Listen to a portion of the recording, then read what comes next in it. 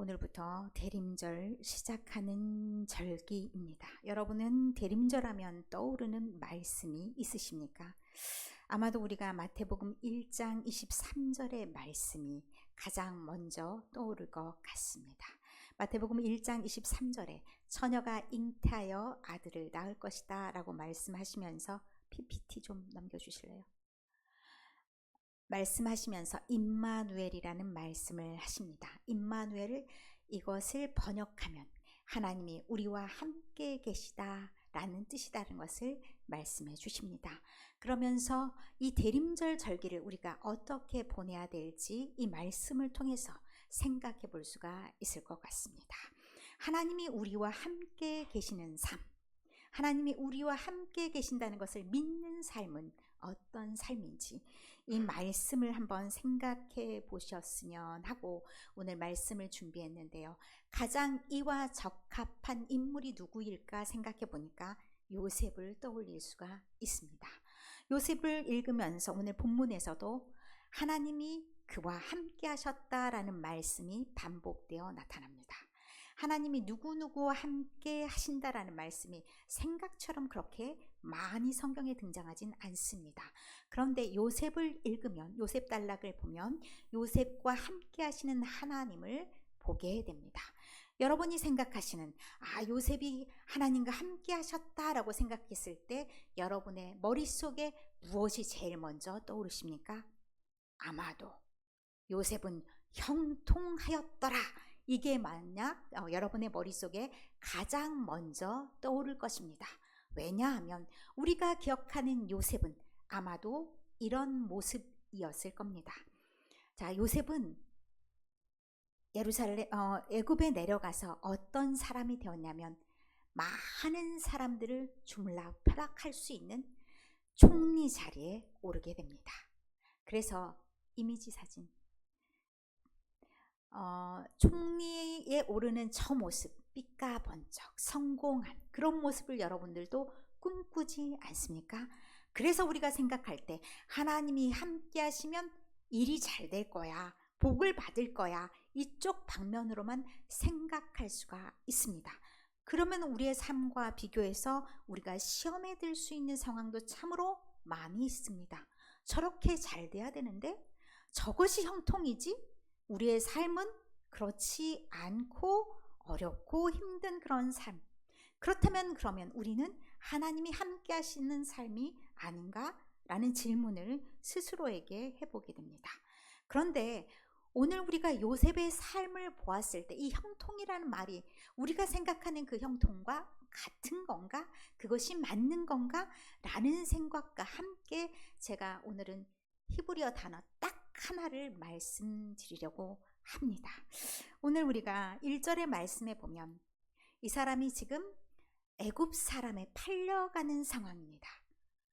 자, 형제들에게 미움을 받아서 자기 동네 사람들에게 팔아 넘겨도 시원치 않을 판인데 다시는 오지 못하게 어떻게 합니까? 이방 나라에 팔려가게 됩니다. 그러면 이 상황이 이 사람이 복받은 사람, 형통한 사람이라는 생각이 여러분 드십니까? 여기서부터 이야기는 출발되어야 합니다. 요셉은 이런 상황 속에서 하나님이 함께 하심을 느꼈을까요? 경험했을까요? 하나님이 함께 하신다고 했을 때 하나님이 함께 하신다는 것은 사실은 하나님이 함께 하심을 사람들이 믿는 것으로부터 출발을 합니다. 하나님이 함께 하심을 믿는다는 것은 그 사람에게서 나타나는 징조가 있는 것임을 오늘 말씀을 통해서 우리에게 들려주십니다. 2절 3절에 번갈아서 조금 반복해서 쓰이는 말씀이 형통한 자가 되어, 형통한, 이렇게 이야기가 반복되어 있습니다. 이 말씀이 히브리어로는 마슬리아흐라는 단어인데요. 이 단어의 뜻은 사실은 다른 사람을 번영하게 만들어준다, 다른 사람을 성공하게 만들어준다라는 그런 의미가 있습니다. 여러분이 생각하는 형통과 조금 차이가 있죠. 하나님이 나와 함께 하신다라는 것은 어떻게 살아갔을 때 다른 사람들이 딱 봐도 와, 저런 느낌이 들 수 있도록 만드는 걸까요? 하나님이 함께 하신다는 느끼는 사람의 삶의 태도가 어떠해야 저렇게 다른 사람이 느낄 정도로, 다른 사람의 삶에 변화가 올 정도로 느껴질 수 있을까요? 사실은 여기 그 요셉의 삶이 여러 가지로 힌트가 될 수 있습니다. 요셉이 지금 보디발의 집에 팔려왔습니다.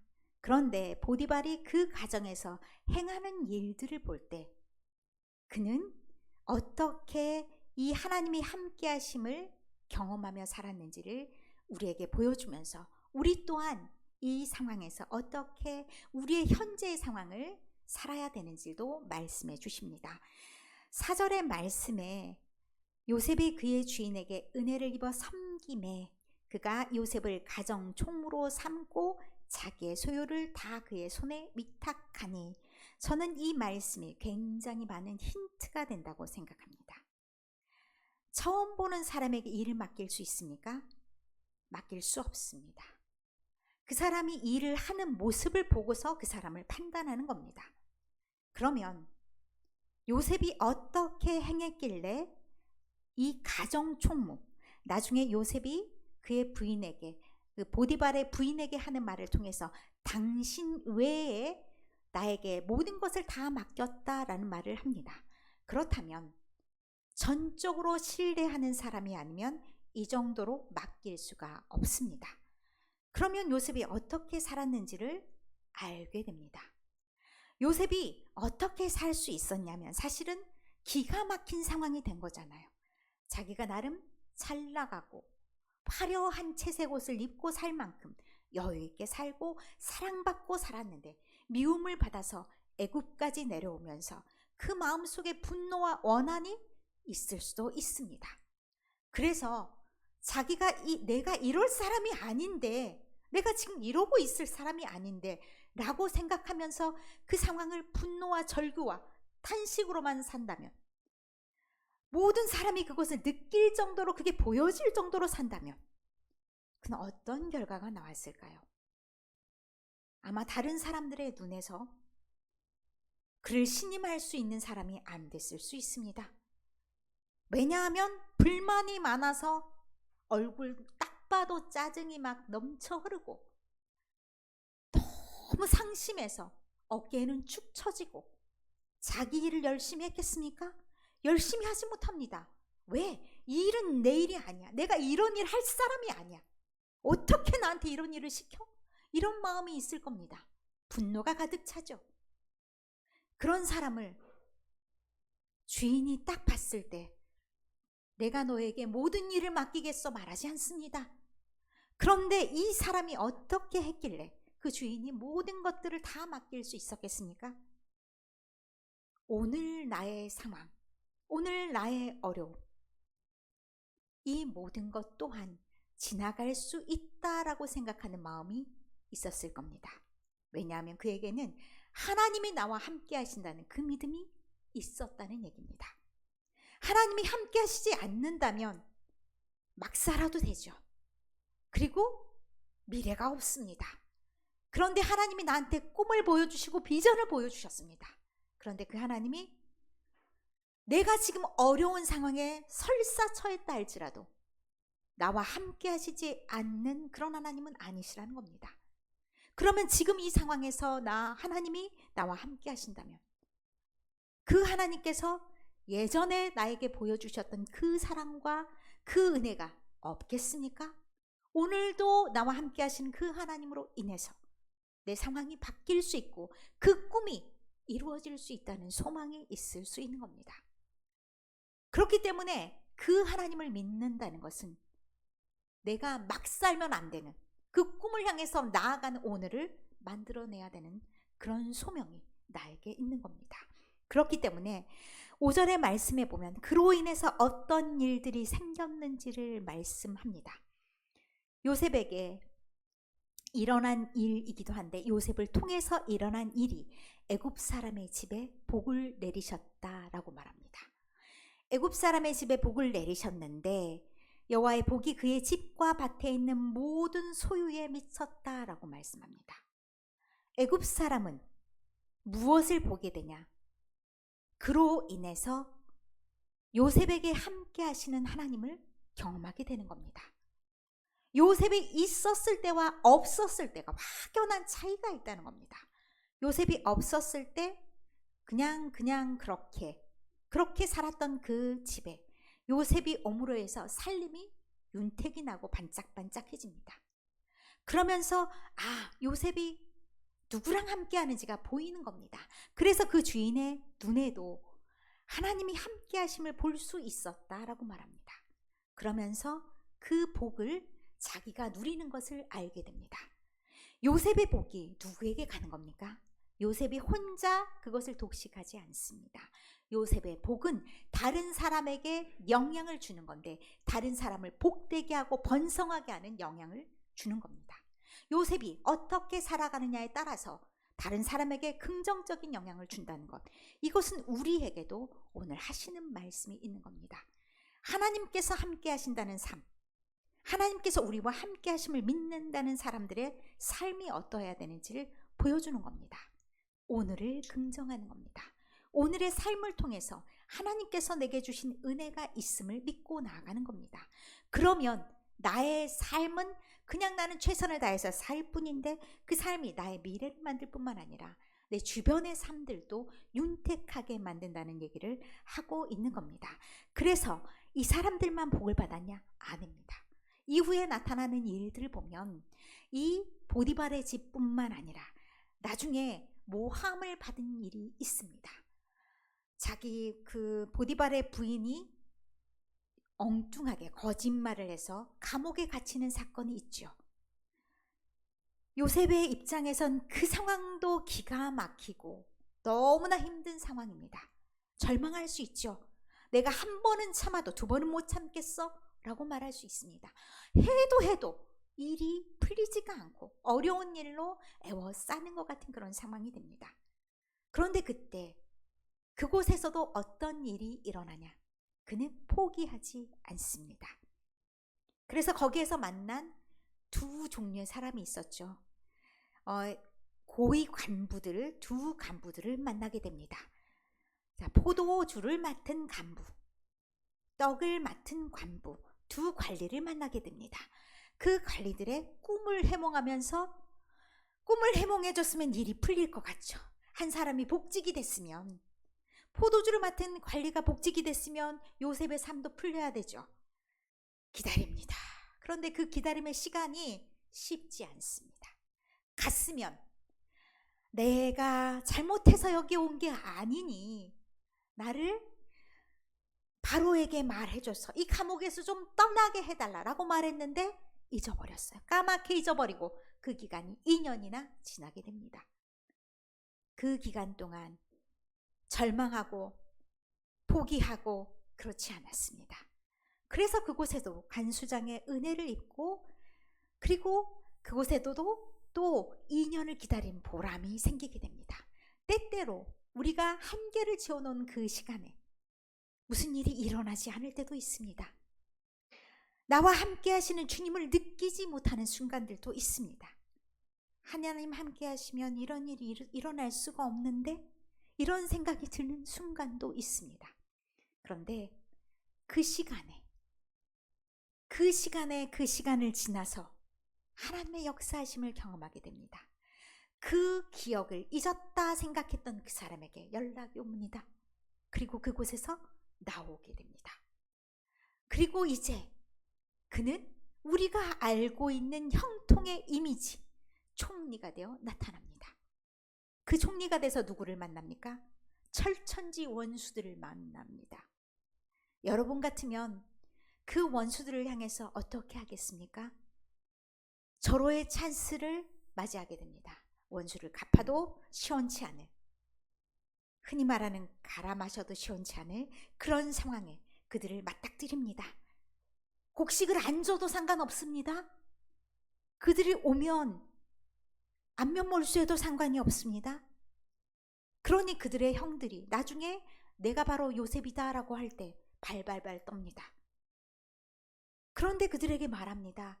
완전히 그가 달라진 모습을 보게 됩니다. 우리가 45장 7절, 창세기 45장 7절의 말씀에 보면 이 마음이 얼마나 커졌고 단련이 됐는지를 보여줍니다. 이 상황이 당신들이 잘못해서 내가 여기에 온 상황이 아니다. 하나님이 나를 여기에 보내셨다. 무엇을 하시려고? 당신들의 생명을 구원하시려고. 당신들뿐만 아니라 당신들의 가족을, 당신들의 후손을 살리시려고 하나님께서 당신들보다 먼저 이곳에 나를 보내셔서 당신들을 살리게 하셨다. 그러니 염려하지 말아라 라고 말할 수 있는 그런 큰 배포를 가지게 됩니다. 그리고 나중에 또 어떤 일이 생깁니까? 아버지 야곱이 돌아가시니 형들이 이제 진짜 우리는 죽었구나. 우리가 이 상황을 어떻게 해야 될까? 우리는 당신의 종입니다. 우리 아버지가 유언하셨습니다. 우리를 살려주십시오 라고 말할 때 걱정하지 마십시오. 나는 하나님의 은혜로 여기에 온 사람이고 당신들을 그렇게 해칠 마음이 없으니 두려워하지 마십시오 라고 말할 수 있는 그런 마음을 가지게 되는 겁니다.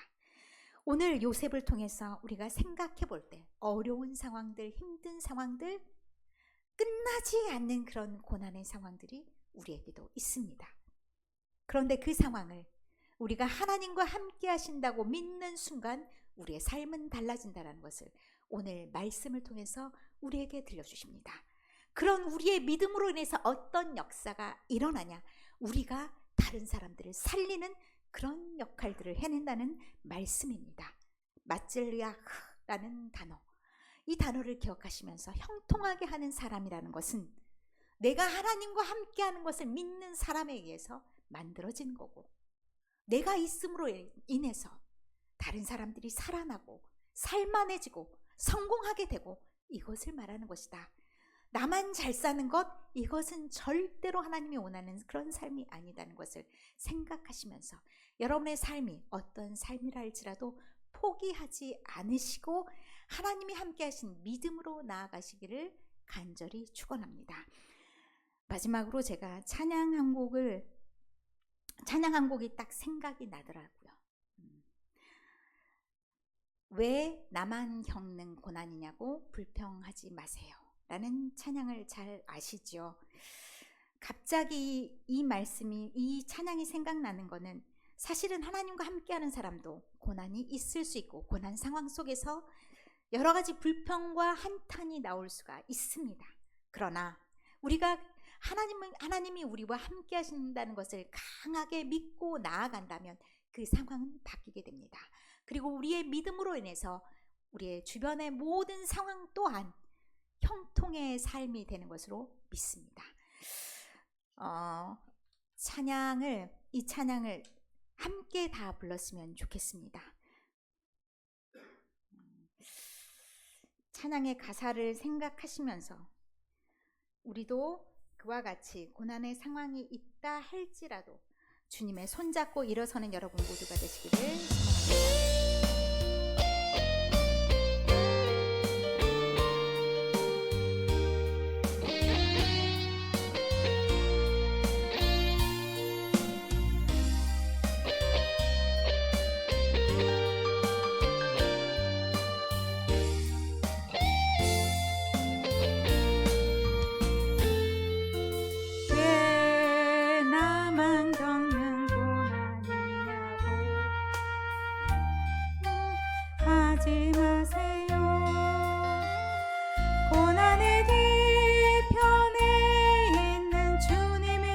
축복 미리 보면서 감사하세요.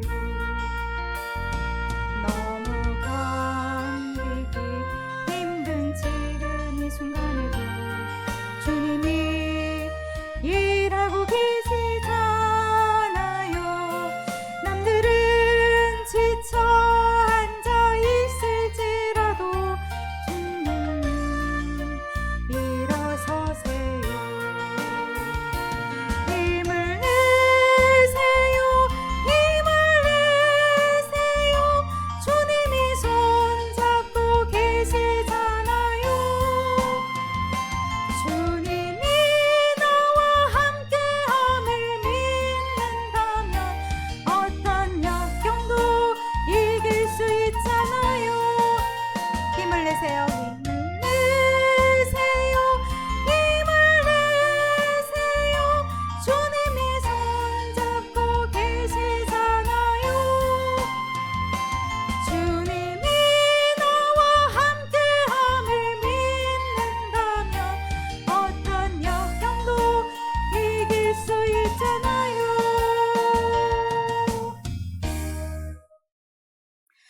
주신 말씀과 이 찬양을 생각하시면서 기도하시겠습니다. 임마누엘, 하나님이 우리와 함께 하심을 믿습니다. 그 믿음이 오늘 여기 우리의 삶을 받아들이게 하시고 우리가 할 수 있는 일을 성실하게 최선을 다하게 하옵소서. 우리의 손이, 우리의 마음이 형통한 자가 되게 하옵소서. 대림절 이 땅에 인간의 몸을 입고 오셔서 어려움과 고난 앞에서도 자신의 사역을 감당하셨던 주님을 기억합니다.